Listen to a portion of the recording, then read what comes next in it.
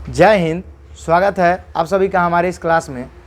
देखिए, आज हम बात करते हैं पॉलिटी के बहुत ही महत्वपूर्ण चैप्टर जो आपके बिहार दरोगा के एग्जाम में हर बार इसमें से क्वेश्चन पूछा जाता है, समझे। तो इसी के लेकर इसको हम कंसीडर किए हैं कि इससे अगर क्वेश्चन आएगा आपका तो यहाँ से आपका एक भी क्वेश्चन नहीं बचेगा और ना छूटेगा। और इसको आज पढ़ने के बाद अगर आप इससे पहले कहीं नहीं भी पढ़े हैं तो आपसे वादा है कि आप इसको समझ जाइएगा, है कि नहीं।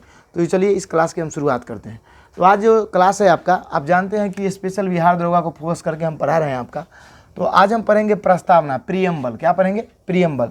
तो प्रीएम्बल के बारे में हम समझते हैं कि प्रीएम्बल है क्या। प्रस्तावना, प्रीएम्बल को हम कई नामों से जानते हैं। प्रीएम्बल, प्रस्तावना, संविधान की कुंजी, इन सभी नामों से हम जानते हैं, समझे प्रस्तावना को। तो प्रस्तावना आखिरकार है क्या, कहाँ से शुरू हुआ, क्यों हुआ, समझिए। अगर आपको किसी को प्रस्तावना समझाना हो कि भैया प्रस्तावना क्या है तुम बताओ, तो इसको ऐसे समझिए।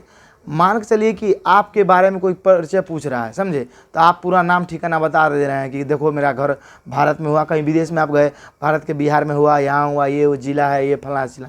तो कहेगा कुछ ऐसा बताओ जो हमको एक के बार में पता चल जाएगा कि तुम्हारा एड्रेस क्या है, समझे। तो आप कहे कि भैया हम कैसे आपको एड्रेस बताए कि एक के बार में पता चल जाए, है कि नहीं। तो आप उसको आधार कार्ड निकाल के दिए, समझे। तो कहा कि ये आइडेंटिटी निकाल के तुम्हारा देखना पड़ेगा एड्रेस, भैया आधार कार्ड से भी काम नहीं चलेगा। तो लास्ट में आप दिमाग लगाए, एक काम करो, तू मेरा मोबाइल नंबर रख लो। क्या रख लो? मोबाइल नंबर दे दिए, है कि नहीं। और 10 अंक का मोबाइल नंबर आपके पूरे बायोडाटा को निकाल देगा, नहीं निकाल देगा, आपको फ़ोन करेगा, हाँ भैया तू कहाँ पे है, लोकेशन मारेगा, सर आपको यहाँ पहुँच जाएगा। तो समझिए एक तरह से हमारे संविधान के बेताओं ने सोचा कि हम इतना बड़ा संविधान बना रहे हैं तो हमारे संविधान के अंदर एक छोटा सा सार होना चाहिए, जिससे कि किसी भी व्यक्ति को, कोई विदेशी आए चाहे कहीं का कोई भी देश का कोई व्यक्ति आए, चाहे कोई भी व्यक्ति को एक बार में ही पता चल जाना चाहिए कि आखिर हमारा इतना जटिल संविधान तो है, लेकिन इस संविधान को हम आसान भाषा में कैसे समझ सकते हैं। तो इसके पूरे संविधान को एक कागज में उतारा गया, उसी को हम बोलते हैं क्या आपका, प्रस्तावना, प्रीएम्बल। समझ में आया कि नहीं है। तो इसको एक कागज में उतारा गया और उसी को बोलते हैं प्रस्तावना। और प्रीएम्बल को जब आप पूरा शुरू से लेकर लास्ट तक पढ़िएगा तो हमारे संविधान के अंदर क्या क्या शामिल है उस सिर्फ प्रीएम्बल में ही आपको पता चल जाएगा। तो एक तरह से प्रस्तावना को हम संविधान का आईना भी बोल सकते हैं अपने हिसाब से, समझे। तो चलिए अगर हम बात करते हैं, ऐसे कोई आईना नहीं बोला लेकिन हम बोल सकते हैं हमारे हिसाब से, अगर मानिएगा तो, समझे। तो चलिए हम बात करते हैं। आपको पता होना चाहिए कि हमारा संविधान, जानते हैं कि जब हमारा देश आज़ाद हुआ था तो आज़ाद होने से पहले ही संविधान का काम जारी था। तो देखिए पहला संविधान का जो बैठक हुआ था, संविधान सभा का पहला बैठक, वो 9 दिसंबर 1946 को हुआ था। और यह बैठक आपका गोकुलदास तेजपाल पुस्तकालय भवन में आपका हुआ था, समझे। 9 दिसंबर 1946 को, 9 दिसंबर 1946 को। और इसकी अगर हम बात करते हैं, देखिए 9 दिसंबर 1946 को पहला बैठक हुआ। और उसके बाद देखिए, उसके बाद अगर हम बात करते हैं दूसरा बैठक का, तो दूसरा बैठक आपका 11 दिसंबर 1946 को हुआ।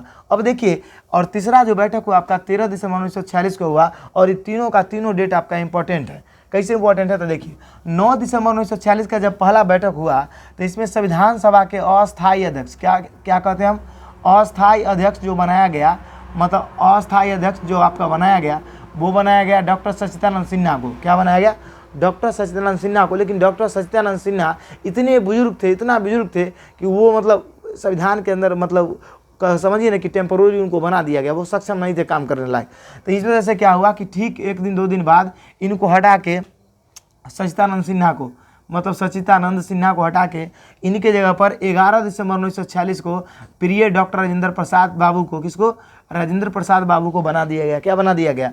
तो इनको बना दिया गया अस्थायी अध्यक्ष, समझे। तो इस तरह से आप समझ गए कि 9 दिसंबर को बने अस्थायी अध्यक्ष कौन, डॉक्टर सच्चिदानंद सिन्हा। और उसके बाद देखिए 11 दिसंबर 1946 को बने कौन, आपका डॉक्टर राजेंद्र प्रसाद। दरोगा में यहाँ से भी क्वेश्चन पूछा है आपका। देखिए क्वेश्चन कैसे फंसा के पूछा है, ये 1717 के मेंस में क्वेश्चन आया था, जाके प्रीवियस ईयर उलट के देख लीजिएगा, विश्वास नहीं है तो। क्वेश्चन पूछा है कि संविधान सभा के प्रथम अध्यक्ष कौन थे।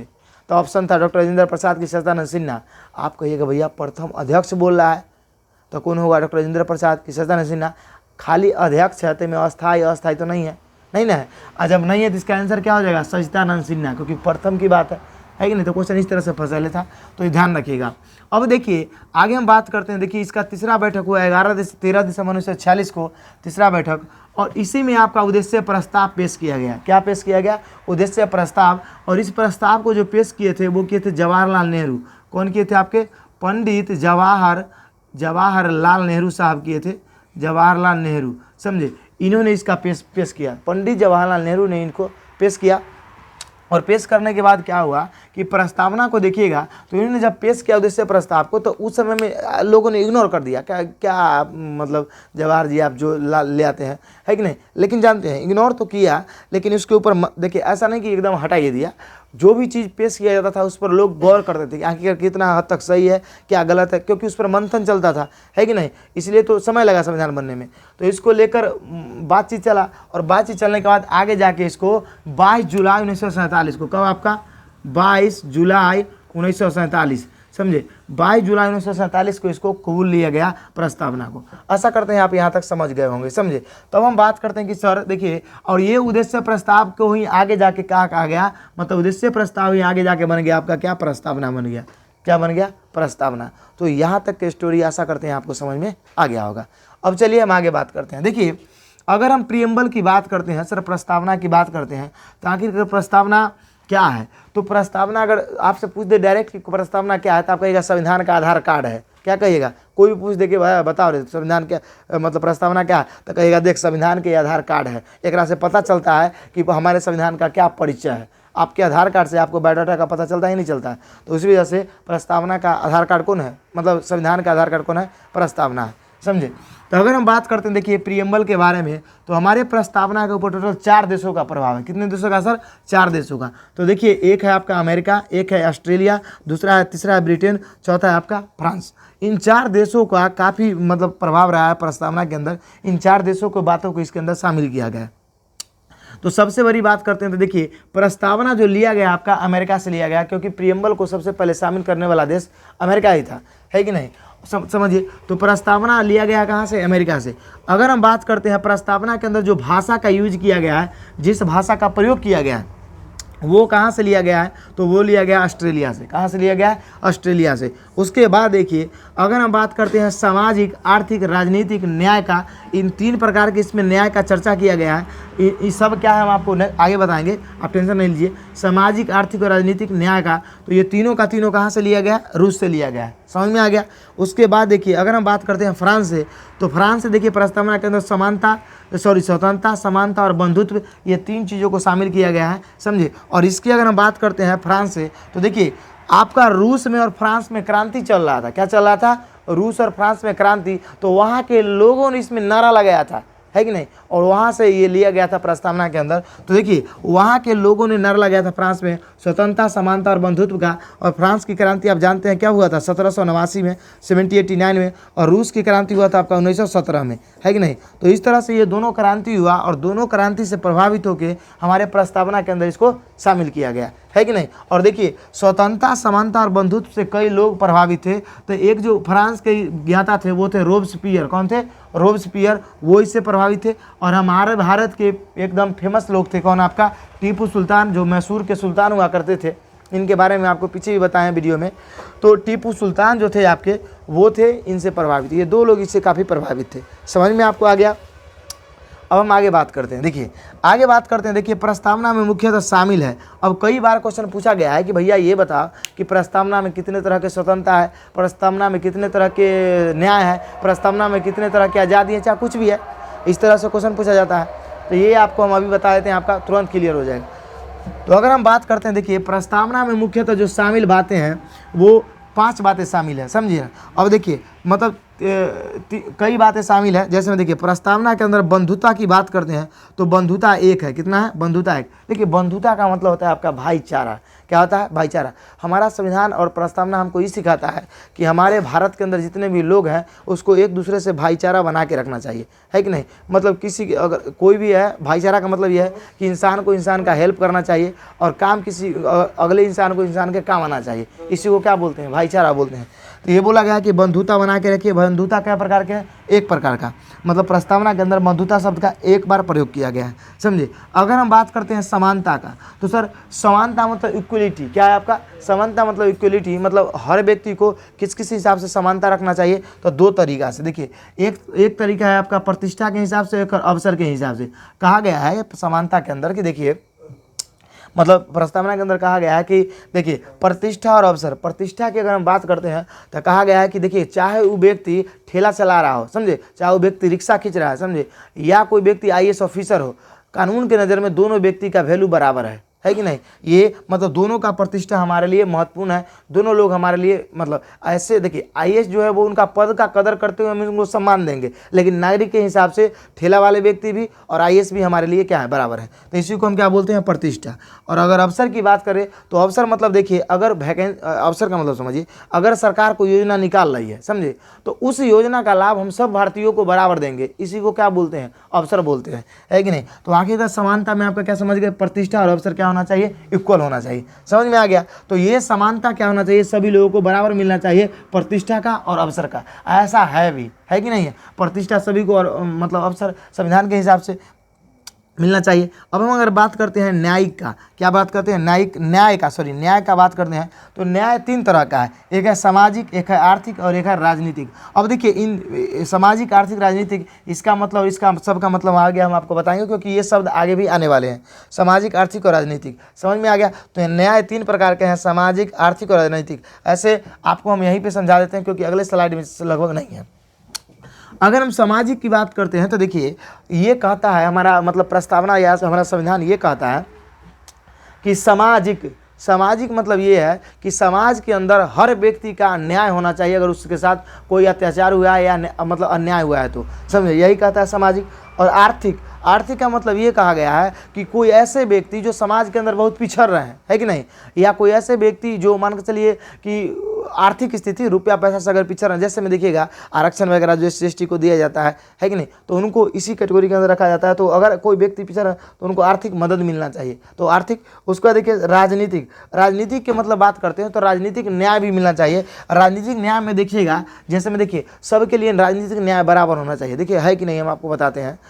राजनीतिक न्याय की अगर हम बात करते हैं तो देखिए मुखिया के चुनाव ऐसा तो नहीं है कि जो व्यक्ति करोड़पति है वही लड़ सकती है, जो मतलब लाखपति है वही लड़ सकता है, खाकपति भी लड़ सकता है, नहीं लड़ सकता है। तो आप समझो कि राजनीतिक मामले में भी क्या होना चाहिए, सबको अधिकार बराबर मिला। आर्थिक मामले में, आर्थिक मतलब देखिए अगर मतलब मान के चलिए जनधन योजना में मोदी जी अगर 500 रुपया सबको डाल रहे हैं, समझे, और उनको जाकर पैरवी कर दिया, करोड़पति आया मोदी जी, बड़ा मतलब बिजनेस में घाटा लग गया है महाराज, डाल दीजिए, हमें 1 लाख रुपया डाल दीजिए जनधन, तो डालेंगे, नहीं डालेंगे, नहीं, कानून सबके लिए बराबर। तो बताइए आर्थिक मतलब सबको बराबर मिला कि नहीं मिला, तो न्याय सबके साथ बराबर हुआ। और सामाजिक तो समझ ही गए आप, तो ये तीनों का अर्थ आप समझ गए होंगे, समझे। और इधर भी आप समझ लीजिए, अभी अगर फ्रांस की बात करते हैं तो स्वतंत्रता, समानता और बंधुत्व, इसका मतलब क्या समझिए। स्वतंत्रता का मतलब ये है कि हमारे देश के अंदर सभी व्यक्ति को जितना आज़ादी है वो सबको है, सबका इक्वल मतलब आज़ादी है कि नहीं। समानता का मतलब ये है कि हर लोगों के बीच में समानता बना के रखना है, न किसी को ज़्यादा न किसी को कम अधिकार देना है कि नहीं। बंधुत्व की बात करते हैं तो अभी जस्ट हम आपको बताएं, बंधुत्व मतलब होता है भाईचारा। आशा करते हैं आपको इधर का बात पूरा समझ में आ गया होगा। अब देखिए दरोगा यहाँ से क्वेश्चन कैसे पूछेगा आपसे, कहेगा सर इतना बात बता दिया, अभी बताइए क्वेश्चन कैसे पूछेगा। तो आपसे पूछेगा कि हमारे संविधान के अंदर मतलब प्रस्तावना में बंधुता शब्द का चर्चा कितना बार किया गया है, तो बस सिंगल 1 बार, है कि नहीं, ऐसे क्वेश्चन पूछेगा। उसके बाद पूछेगा इनमें से पूछेगा कौन सा न्याय प्रस्तावना में शामिल नहीं है, तो देखो आप पूछेगा कौन सा न्याय प्रस्तावना में शामिल नहीं है। ये क्वेश्चन दरोगा में आया है प्रीवियस में, समझे। सामाजिक, आर्थिक, राजनीतिक, और एक आपका दे देगा मतलब कुछ और आपका डाल देगा ऑप्शन में, सामाजिक, आर्थिक, राजनीतिक, और इसमें एक और जो देगा आपका, तो वो आपका क्या हो जाएगा, गलत हो जाएगा, है कि नहीं। तो इसको याद रखिएगा। उसको आप पूछ देगा प्रस्तावना में कितने तरह की समानता की बात की गई है, 1 2 3 4 5, तो क्या आंसर हो जाएगा, 2 तरह का, प्रतिष्ठा और अवसर। चाहे कहेगा इनमें से कौन समानता में शामिल नहीं है, प्रतिष्ठा और अवसर को छोड़कर, तो आपको इस तरह से क्वेश्चन बनता है कि नहीं। तो आशा करते हैं कि आप यहाँ तक समझ में आ गया होगा, समझे। अब चलिए हम आगे की बात करते हैं। तो यहाँ देखिए हमारे प्रस्तावना के अंदर स्वतंत्रता की अगर हम बात किया जाए, स्वतंत्रता मतलब होता है आज़ादी। क्या होता है आपका, आज़ादी। और मेन यही है, समझे, हम लोग जो खुला घूमते हैं, चाहे देश में कुछ भी करते हैं, किसी के खिलाफ कुछ भी बोलते हैं, तो ये सब आज़ादी हमको संविधान नहीं दे रखा है, समझे। तो अगर स्वतंत्रता की बात करते हैं हम, तो स्वतंत्रता आपका कितने तरीका का है, 5 तरीका का। कितने तरीके का, 5 तरीका का। तो प्रियम्बल के अंदर 5 तरीका का स्वतंत्रता का बात किया गया है। वो क्या है समझिए, विचार, क्या है आपका विचार, उसके बाद क्या है आपका अभिव्यक्ति, उसके बाद क्या है धर्म, उसके बाद क्या है उपासना, उसके बाद क्या है विश्वास। इन सभी का अर्थ आप समझ लीजिए थोड़ा थोड़ा। अगर हम विचार की बात करते हैं तो हर व्यक्ति को अपना विचार पर अमल करने का पूरा अधिकार है कि नहीं, अपना सोचने का, विचारने का उसको पूर्ण अधिकार है, इसलिए वो स्वतंत्र है कि नहीं। कोई अगर विचार कर रहा है कि कल हमारा शादी हो जाता तो ठीक रहता, तो बताइए उसको मर्डर कर दीजिएगा? नहीं ना, नहीं कीजिएगा। तो इस वजह से समझिए, अगर विचार की बात करते हैं तो विचार करने के लिए स्वतंत्र है कि नहीं है, तो ये उसको स्वतंत्रता मिला है कहाँ से? संविधान से। अब आगे समझिए अभिव्यक्ति। अभिव्यक्ति की अगर हम बात करते हैं तो अभिव्यक्ति का मतलब ये होता है आपका कि अभिव्यक्ति का मतलब होता है कि कोई भी पर्सनल व्यक्ति जो उसका अपना अधिकार है उसी को क्या बोलते हैं? अभिव्यक्ति। जैसे में आप समझिए, आपको साइकिल चलाने का मन है तो पुलिस कहेगा तुमको साइकिल मोटरसाइकिल चलाना है, चला मोटरसाइकिल, न देंगे कान में 4 लपड़, तो आप बताइए उस समय उस पर केस कर सकते हैं? है ही नहीं, क्योंकि आपका अपना खुद का अधिकार है कि आपको जो मन हो कीजिए। हाँ, लेकिन आपके काम से अगले को डिस्टर्ब नहीं होना चाहिए, है कि नहीं। अब आपका अधिकार है मोटरसाइकिल चलाने का, मतलब जाकर धक्का मार दीजिएगा किसी को, ऐसा नहीं है, समझे। अगर हम बात करते हैं धर्म का बात करते हैं तो हमारे देश को धर्मनिरपेक्ष कहा गया है। मतलब हमारे देश का कोई अपना धर्म नहीं है। बेशक हम लोग हिंदू धर्म में आते हैं, हमारा देश को हिंदुस्तान बोला जाता है, लेकिन ऐसा कहीं भी नहीं लिखा हुआ है कि यहाँ सिर्फ हिंदू ही वास करेंगे, चाहे हिंदू को ही प्राथमिकता दिया जाएगा। तो धर्म का स्वतंत्रता है कि नहीं, सभी धर्म के लोग घुल मिल कर रहते हैं। उसके बाद देखिए उपासना की बात करते हैं तो उपासना मतलब होता है आपका किसी भी भगवान को मान सकते हैं, किसी को भी पूछ सकते हैं, इससे कोई दिक्कत नहीं है किसी को, समझे। आगे बात करते हैं विश्वास की बात करते हैं तो विश्वास के लिए आप स्वतंत्र है, किसी पर विश्वास कीजिए तब भी ठीक, नहीं कीजिए तब भी ठीक, कोई भी दिक्कत नहीं। तो इस तरह का जो स्वतंत्रता की बात किया गया है वो क्या में किया गया है, मतलब 5 तरह का स्वतंत्रता। अब देखिए क्वेश्चन दरोगा कैसे पूछेगा, क्वेश्चन पूछेगा कि हमारे प्रस्तावना के अंदर इनमें से कौन से शब्द को शामिल नहीं किया गया है, समझे। अब यहाँ पे दे देगा विचार, अभिव्यक्ति, धर्म, उपासना, विचार, अभिव्यक्ति, धर्म, यहाँ से घुसा देगा आपको क्या? अवसर, है कि नहीं। आप खोजते रहिए क्या है, तो आप इसको याद रखिएगा, है कि नहीं। इसको कहिएगा तो हम ट्रिक भी बता देंगे, आपका याद रहेगा। अब आ जाते हैं हम आगे हम आ जाते हैं, देखिए प्रस्तावना से संबंधित वाद विवाद। आपको क्लास कैसा लग रहा है ये कमेंट जरूर कीजिएगा, समझे, क्योंकि आज हम फर्स्ट क्लास आपका लगता है कि पॉलिटिकल आए होंगे। ऐसे पॉलिटिकल 1-2 क्लास हम आपका लगभग लिए भी होंगे, अब क्या लिए सब वो पता नहीं, अनुच्छेद वगैरह चाहे कुछ हला फला, लेकिन ये स्पेशल क्लास है आपका। तो आपको कैसा लग रहा है ये जरूर बताइएगा, समझे। आगे हम बात करते हैं प्रस्तावना को लेकर वाद विवाद। देखिए क्या होता है, जब भी संविधान में कुछ नया चीज़ आता है तो उसको लेकर कुछ लोगों को अच्छा लगता है, कुछ लोगों को बुरा लगता है। अब देखिए हम ही आपको पढ़ा रहे हैं तो ऐसा नहीं है कि हम सब आदमी को अच्छे लगेंगे, कुछ आदमी को बुरा भी लगते होंगे, तो खाली हल्ला कर रहा है कि नहीं, तो कोई दिक्कत नहीं है कि नहीं। तब भी आप देख रहे हैं कि नहीं, जिसको ये बात लग रहा है वो भी देख रहे हैं, समझे। अच्छा, कोई दिक्कत नहीं है। तो आपको हम बताते हैं कि जरूरी नहीं है कि एक इंसान सबको अच्छा लगे। उसी तरह से देखिए, जब भी संविधान में कोई चीज़ आता है तो जरूरी तो नहीं कि सभी को अच्छा लगे, समझे। तो इसी को लेकर आपका इधर उधर होते रहता है। तो देखिए प्रस्तावना के लेकर विवाद आपका क्या था कि प्रस्तावना को लेकर ये विवाद था कि भैया प्रस्तावना को संविधान का अंग माना जाए कि नहीं माना जाए, पहला बात, समझे। और प्रस्तावना को अंग जब माना जाए चाहे नहीं माना जाए तो इसमें जो चीज़ को अंग माना गया है उसी में संशोधन किया जा सकता है। तो संशोधन किया जाएगा कि नहीं किया जाता, ये 2 बात को लेकर विवाद था। संविधान संशोधन को लेकर प्रस्तावना में, और प्रस्तावना संविधान का अंग है कि नहीं है इसी को लेकर। तो इसको लेकर जानते हैं सुप्रीम कोर्ट में 3 सुनवाई हुआ। क्या सुनवाई हुआ? 3 सुनवाई। कितना सुनवाई हुआ? 3 सुनवाई। और ये 3 सुनवाई जो हुआ वो पहला हुआ बेरुबारी बाद 1960। क्या हुआ आपका? बेरुबारी बाद 1960। और देखिए ये बेरुबारी बाद, गोलकनाथ, केशवानंद भारती, ये सब क्या होता है, तो देखिए किसी क्षेत्र से जब कोई व्यक्ति मतलब प्रतिनिधित्व करता है तो उसी को क्या बोलते हैं, उस केस के नाम से जोड़ देते हैं, है कि नहीं। तो अगर हम बात करते हैं बेरुबारी बाद का, तो ये 1960 में आपका केस आया था। और ये जब केस आया था तो देखिए इन्होंने प्रस्तावना को लेकर इस जजमेंट में क्या फैसला आया, देखिए बेरुबारी बाद 1960 ने कहा कि देखो भैया प्रस्तावना संविधान का अंग नहीं है। क्या बोला? प्रस्तावना संविधान का अंग बिल्कुल नहीं है। और जब अंग नहीं है तो इसमें प्रस्तावना में जब अंग है ही नहीं तो इसको आप संशोधन भी बिल्कुल नहीं कर सकते हैं। बेशक ही संविधान में है, इसमें कोई दिक्कत नहीं है, लेकिन इसको संविधान का अंग नहीं माना जाएगा और ना इसमें आप क्या कर सकते हैं, संशोधन कर सकते हैं। समझे नहीं समझे? तो ये 2 बातों को कहा गया, समझे। जैसे में अंतर्राज्यीय परिषद, कुछ ऐसे चीज़ पढ़िएगा तो वो संविधान का अंग नहीं है, समझे। तो ये संविधान का अंग है ना, इसमें संशोधन किया जाएगा। अब यहाँ से क्या हो गया, इसको देखिए, इसको ऐसे स्टोरी में समझिए। आप किसी लड़की के चक्कर में बहुत दिन से पड़े हुए हैं, समझे। तो शुरू में क्या हुआ, शुरू में आपको कोई सिग्नल नहीं मिला, समझे। तो शुरू में ऐसी होता है, हो सकता है कभी आप मतलब 2-4 गो आशीर्वाद सुन जाइएगा, लेकिन बार बार उसका पीछा करते रहिए, एक दिन सफलता मिल ही जाता है कि नहीं, चाहे कितनी खूबसूरत क्यों ना हो।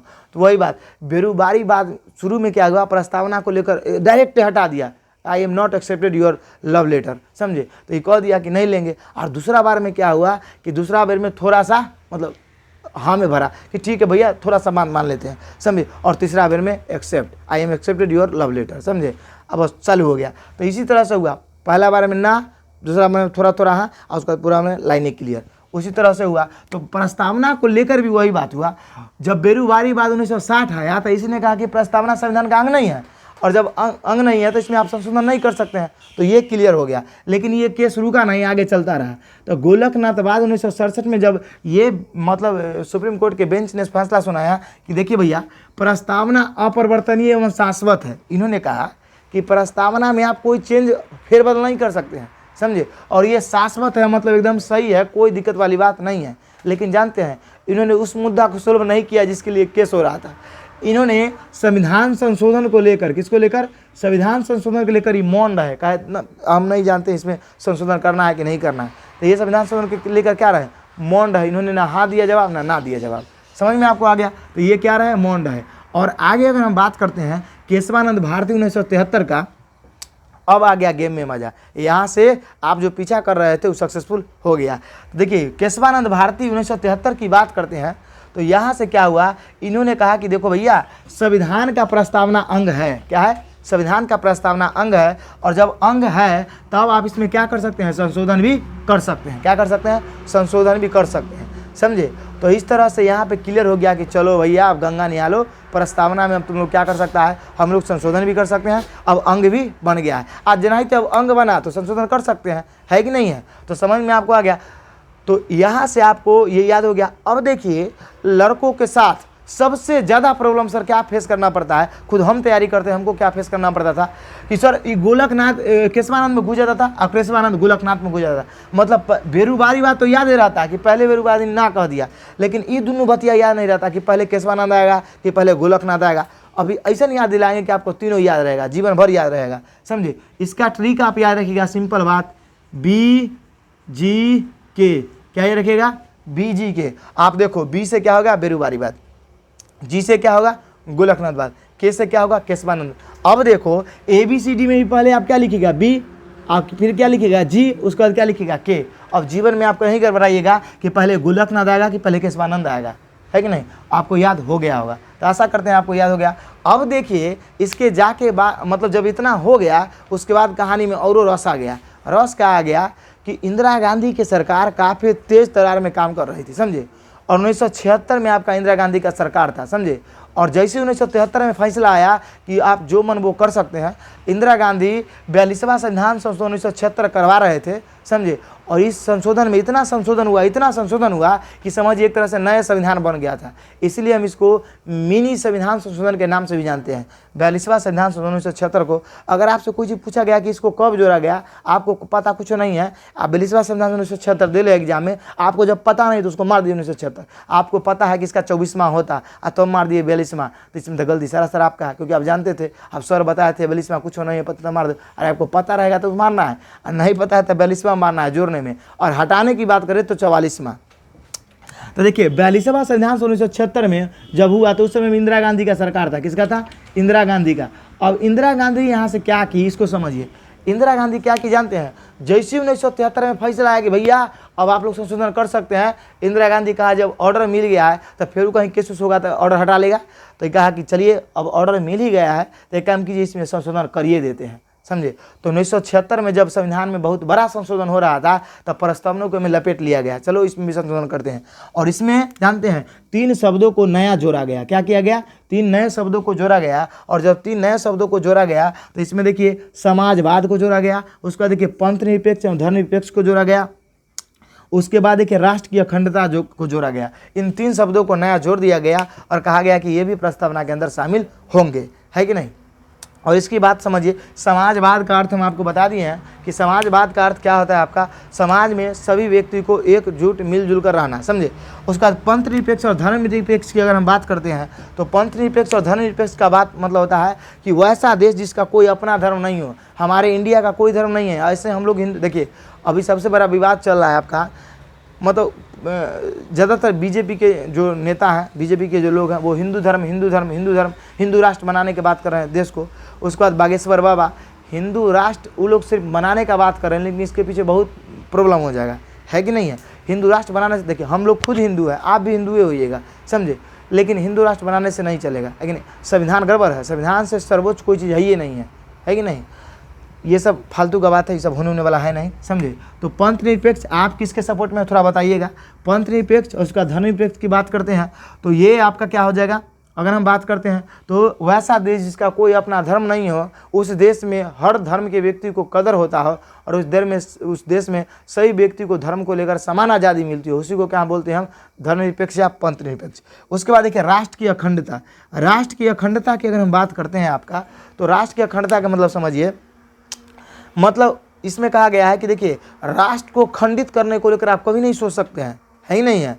आप देखिए ऐसे भी हम लोग देश में रहते हैं, देखिए मतलब देश की आप हमेशा भलाई के बारे में आपको सोचना है, राष्ट्र के खंडन के बारे में कभी नहीं सोचना है, यही इसमें कहा गया है। तो चलिए अगर हम बात करते हैं आपका, इसमें आप लिख लीजिए, देखिए ऐसे आपको अखंडता का यहाँ दूसरा अर्थ है, यहाँ ये अर्थ है राष्ट्र की अखंडता का मतलब कि हमारा जो भारत देश है वो 28 राज्य और 8 केंद्रशासित प्रदेश से बना हुआ है, तो उन सभी को मिलजुल के रहना है, उन लोगों का भी खंडित होना नहीं है, समझे, इसका अर्थ यही है। समझ में आपको आ गया। तो चलिए आशा करते हैं आपको ये समझ में आया होगा। तो पहले आप इसका स्क्रीनशॉट ले लीजिए, उसके बाद आगे बात करते हैं। इसका PDF हम आपको डाल देंगे टेलीग्राम पे, टेलीग्राम का लिंक भी दिया गया है, समझे।